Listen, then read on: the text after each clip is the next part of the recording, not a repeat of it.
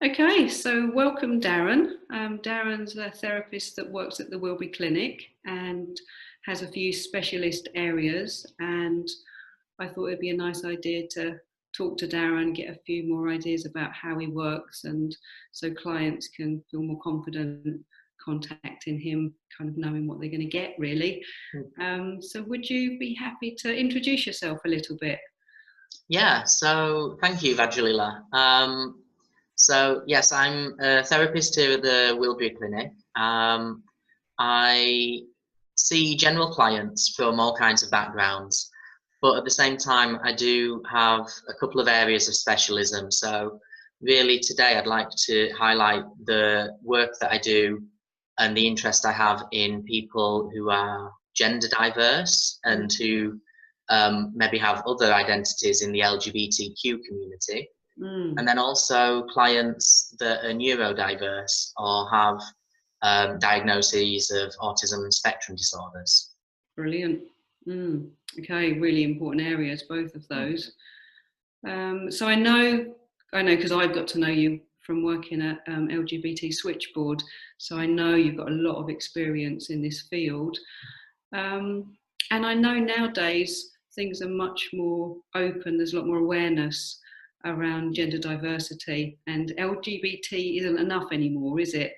You know, so I wonder if you could kind of just give a bit of awareness raising. How are we supposed to think about this? What's politically correct even? Well, I think there's no one single way. And yeah, so you're right that people maybe recognize the term LGBT, so lesbian, gay, bisexual, transgender. And then people say Q, which sometimes means queer or questioning. And then people might add I, might mean intersex, or that U, undecided. So this acronym can just keep growing. Yeah.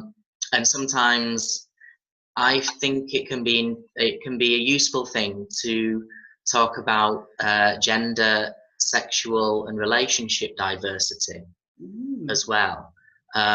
Which means that so everyone has their own unique ways of having and expressing their gender, whatever that is, and their sexuality, and the kind of relationships that they have with others. And that's true whether you're identifying as gay, bisexual, straight, trans, non-binary, cisgender, whatever that is. We all have different ways of exploring and expressing gender, sexuality, and relationships. So I think that way of thinking about these things can it can remove also some of the stigma and some of the kind of some of the sense of forcing people into an artificial community that they might not identify with. So sometimes people question whether trans identities should be attached to lesbian, gay, and bisexual identities, because of course sexuality is a very different issue than gender, although the two are connected.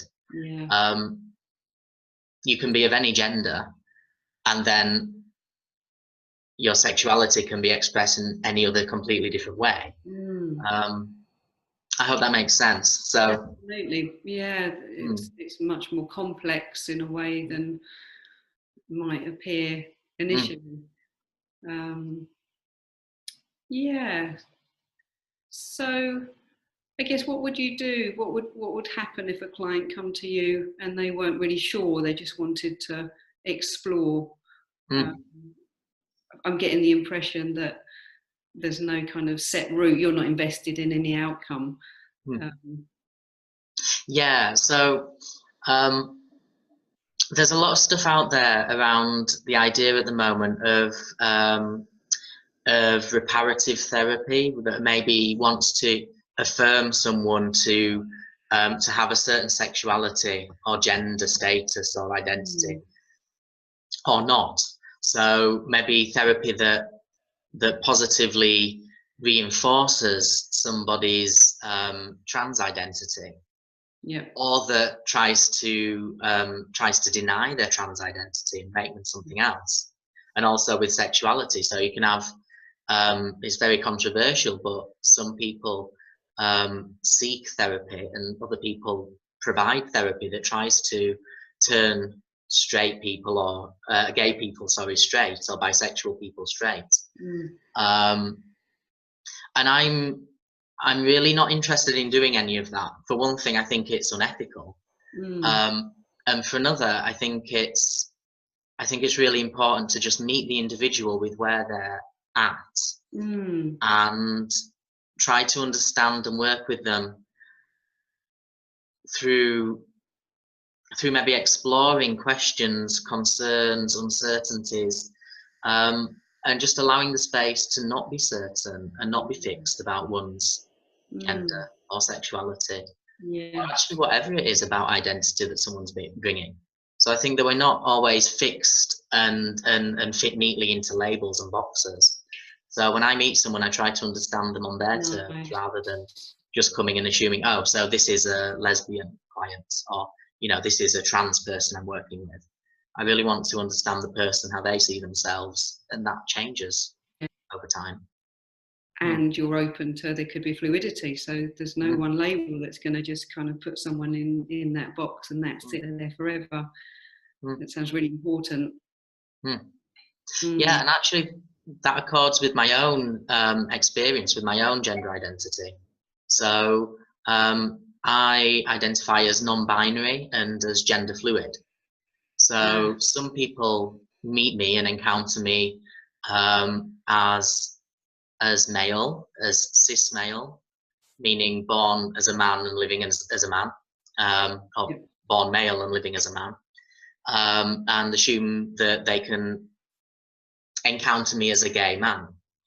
And that doesn't actually feel right for me. So I use the pronouns. People are increasingly aware of using pronouns that are appropriate to how the person feels themselves. I use the pronouns he, she, and they, and I'm happy to use each of those, and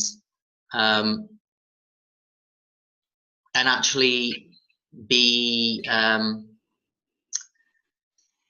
comfortable with however that person sees me at that time, because also my own gender identity changes over time. So sometimes I do feel like I reject the gender binary myself, and sometimes I feel like I fall in that male camp, and then at other times I feel actually more feminine, and I wouldn't say female, so I don't identify as transgender, but I do identify as under the trans umbrella, which people, some people think that being non-binary or gender fluid is a type of trans identity. And so I do subscribe to that. So I'm trans, but I'm not transgender. And as you can see, these identity labels, it's very complicated and it's very personal. Yes, and it's kind of quite liberating to hear you talking so openly. I know as a therapist we have to decide what we disclose about ourselves and what we don't, and it's always in the service of the client. But I can really sense that by you being so open, you've clearly done the work.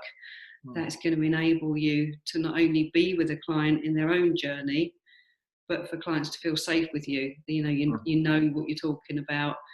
You're not going to have to spend time getting the client to educate you, because you've already been in this field for a long time. Really important qualities, I think. Yeah, all too often clients come to therapy saying that they've had previous bad experiences where they've worked with a therapist that's maybe that's been judgmental. They felt judged, at least, in their identity, or they've had to spend time kind of explaining and educating, as you say, explaining aspects of their identity or their personal life that aren't directly related to the therapy, to the work the person wants to do. So whilst it's in the therapy time, actually the attention is taken away from the client, and and they end up kind of working in the service of the counsellor. So yes, yeah, I really and hope that when people come to me, yes, and I'm aware of that. You know, it happens a lot, I think, and I think it can take a while for the therapist to develop like the neural pathways of a different way of seeing things, both with gender diversity and sexual diversity. You know, things get rigid, don't they? You know, things look a certain way, and it takes a while, especially to get off the polarized kind of male female. There must be one or the other, or a continuum. It's really hard to see things differently. So it's great that you're already there. Yeah. So this is wonderful talking about this, and I hope it gives people confidence to contact you if this is a particular area. And I'm aware we haven't got that long. We wanted to keep these fairly bite-sized, but I wanted to ask two more questions. One, I wondered if you'd talk a little bit about your other area, which is ASD. Do you want to say what that means and what that stands for, and what that kind of work would involve? Yeah, so ASD is short for autism spectrum disorders, and people sometimes also talk about neurodiversity, which to some people in that community feels like a less stigmatized way of describing themselves, and also again as a less pigeonholed, a less kind of in a certain box with a certain label. It feels maybe a more inclusive term. And again, I have my own personal identity as neurodiverse. And I also have a professional background of nearly 10 years working in ASDs in higher education. So I think that gives me quite a good grounding. So on the personal and the professional side, to know a fair bit about the kind of barriers and challenges that neurodiverse people can have in accessing counselling or other services. And it also means that I can have a good insight into how to try and kind of tailor the counselling experience to the individual's unique need. Because something that people often say about ASDs, autism spectrum disorders, is that each person is affected in a very individual, unique way. So you can't make assumptions. It's really, in terms of working with somebody, it's really about checking out with them what they need to be able to get the best out of the counselling or whatever service that they're going for. Checking maybe things about the environment. Is it too bright or too dark, too loud, too quiet? What can be done to make things more comfortable, more accessible for them? And on that note, is this the room that clients would see you in? It might be, or it might be one of the other rooms. There are several rooms here at the clinic. So therapy would usually be in the same room at the same time each week, usually for a little bit less than an hour each week. I think all the rooms here at the Wilbury Clinic are really nice, bright, airy rooms. And so I find them a comfortable environment. I hope that other people will too. Yes. And actually that's one of the rooms that you're sat in as well. So yes, we're both in different rooms at the Wilbury Clinic. So I'm just thinking some people, it might be really helpful to just get a glimpse into where they might be coming to see you. So I could show them around a little bit if I pick up my computer and just show them the room. So you can see that there's a lot of space in here, and a lot of light comes in from the garden outside. We've got these really comfortable chairs that we sit in, that we can work in. We've got a lot of creative and arts materials in the rooms at the Wilbury Clinic as well. And I think that's really nice if people want to write something down or draw something. And you can see there's plants and there's decorations. I think it's a really nice space to work in. Right, yeah, that gives a real sense of what a client that might be watching this would step into if they come and see you. I think that's sometimes really helpful. So this has been really good. And I'm really aware, having asked you about the two different areas, the word diversity comes up twice. Yes. And I think that really is a speciality that you can offer, being able to tune into diversity rather than pathology. Yes. And I'm really glad that someone like you is working here at the clinic, because I think they're really important values. So thank you for sharing a little bit of what you've got to offer in the time we've had. Is there anything else you wanted to say before we end? I guess just briefly to point out, because you're mentioning the two types of diversity there, neurodiversity and gender diversity, and that people might come for counselling and they just have one of those identities feels important. Yes. But increasingly research is showing that people have overlapping, they have intersecting identities around this area. So often trans people might actually identify as neurodiverse or have even a diagnosis of an ASD, and people with an ASD might be more likely than average to be gender diverse. Yes. So it's a really interesting area in terms of the research of that. Actually, we're starting to recognise more and more that these two things do go together for some people. Yes, I've heard the same. It's really interesting, isn't it? I think one thing I just wanted to say before we end is, well, I'll ask you, what do you think of the word disorder? I feel quite uncomfortable about it. Yeah, this is why I have been saying a fair bit in this video, neurodiversity, because I think that's a much more positive and inclusive term to use. I don't like the term disorder. I identify as being neurodiverse, but I don't like to present myself or see myself as having a disorder, that there's something wrong with me or that I'm particularly limited. I think I'm just different. It's that diversity. Yeah, wonderful. I was just thinking, I watched a Chris Patcham program recently. Did you see it? Talking about his Asperger.